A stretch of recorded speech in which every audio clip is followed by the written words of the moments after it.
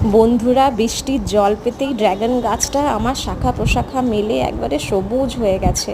ছাদে এসে দেখেই মনটা কি ভালো হয়ে গেল। আর এই ফুল ফুটেছিল দুদিন আগে, কিন্তু ফল থেকে ফুলটাকে ছিঁড়ে দেওয়া হয়নি।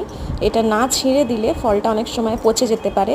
তাই ফুলটা ফোটার 2-3 দিন পরে আস্তে আস্তে যখন ফুলটা শুকিয়ে আসবে, তখন কিন্তু এই ফলটা থেকে ফুলটাকে ছিঁড়ে ফেলতে হবে। আর এই দেখো, আমি আমার এই ড্র্যাগন গাছ থেকে প্রচুর চারা করেছি এবং সেই চারা অনেকে নিয়েছে এবং খুব ভালো রেজাল্ট পেয়েছে। আর এই দেখো, এই সামনের এই ডালটাতেই কতগুলো ফুল একসাথে এসেছে।